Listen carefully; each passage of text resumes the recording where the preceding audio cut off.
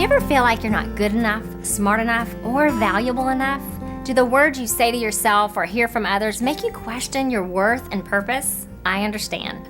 From the time I was a little girl, I remember struggling with self-doubt. Insecurity kept me from riding the carousel at an amusement park because I doubted my daddy would wait for me. I was afraid to water ski on our family's boat because I doubted my family would come back to get me once I dropped the rope. In school, I passed up great opportunities if they came with the risk of failure. As a young bride, I doubted my husband's faithfulness, although he gave me no reason to. And once I had kids, I sometimes doubted that I could be a good mom. Hi, I'm Renee Swope, author of A Confident Heart. Sometimes as a grown woman in ministry, I can still find myself standing in the shadows of self-doubt. One afternoon, I was feeling uncertain about a large women's event where I'd be speaking. As I stood in front of my bathroom mirror putting on makeup, I begged God to take away my doubt and zap me with confidence. Instead, He taught me a powerful lesson. As I turned around to get something, I noticed a huge 9-foot shadow on the wall. I couldn't believe how much bigger it was than my 5-foot 2-inch frame. The distorted image made me look bigger than I was. All of a sudden, it dawned on me. Just like the shadow on my wall, my insecurity was distorting my thoughts and overpowering my emotions with uncertainty.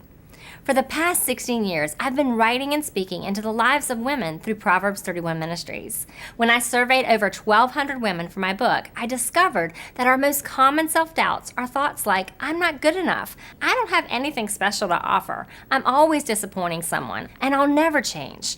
These defeating thoughts block God's truth that promises to transform our lives as we depend on Him for our security and confidence. That day as I stood in my bathroom, I sensed God whisper to my heart, Renee, you can only see the shadow because you've turned away from the light. Turn back towards the light.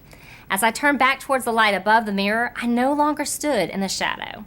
In A Confident Heart, that's what we're going to do. We'll learn how to move out of the shadows of our doubts and live in the light of God's truth.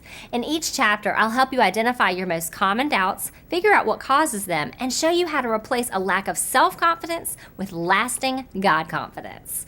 Through biblical and real-life examples, I'll show you how to trust the certainty of God's promises in the uncertainty of your circumstances and emotions. I'll also help you discover and live confidently in your God-given purpose, passion, and personality.